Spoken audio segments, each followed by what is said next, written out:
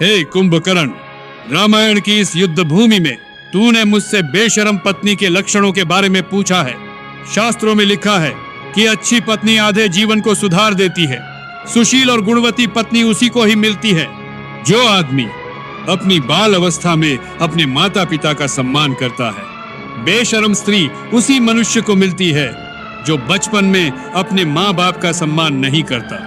हे मेघनाथ, आज मैं तुझे बेशरम पत्नी के 5 लक्षणों के बारे में बताने जा रहा हूँ। ये लक्षण हर आदमी के लिए बेहद महत्वपूर्ण है। इन लक्षणों को पहचान कर आदमी अपनी पत्नी को त्याग कर कल आने वाले खतरे से अपने आप को बचा सकता है।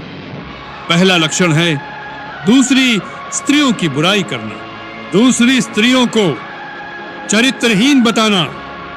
बेशरम पत्नी हमेशा अपनी हमउम्र स्त्रियों को चरित्रहीन और रंडी बताएगी। बेशरम पत्नी अपने ही ससुराल की स्त्रियों को बेशरम या चरित्रहीन साबित करने की कोशिश करेगी। ऐसी पत्नी आस पड़ोस में रह रही स्त्रियों को भी गंदे चरित्र वाली कहेगी। दूसरा लक्षण है पति की इज्जत को सरेआम उछालना। बेशरम पत्नी अपने पति के सम्मान का कभी ख्याल नहीं रखती। वो ये भी नहीं सोचती कि वो कहां भौंक रही है।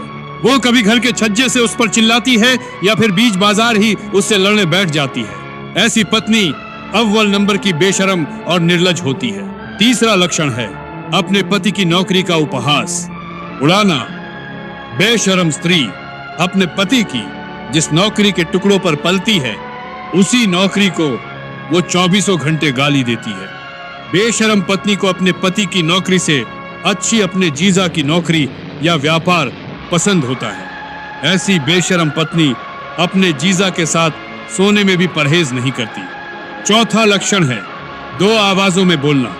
बेशरम पत्नी जब चिल्लाती है तो एक राक्षसी की आवाज निकालने लगती है, पर उसी पत्नी को जब गहने या महंगे वस्त्र चाहिए होते हैं तो वो अपने पति से पैसे ऐंठने के लिए एक बच्ची की आवाज में बोलने लगती है।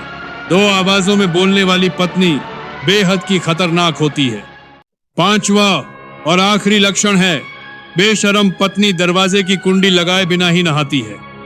वो कहती है मुझे गर्मी लग रही है, पर ऐसी बेशरम पत्नी इस ताक में रहती है कि घर का कोई दूसरा आदमी गलती से दरवाजा खोल दे और उसी बात का बतंगड़ बनाकर पत्नी को अपने ससुराल वालों से झगड़ा करने का एक और मौका मिल जाए। हे कुंभकर्ण, पति पत्नी का संबंध बेहद ही जटिल होता है। इसलिए आज के युवा को यह चाहिए कि आदमी शादी करने से पहले मेरे बताए गए लक्षणों का ज़ास ध्यान रखे। यही धर्म है, यही नीति है।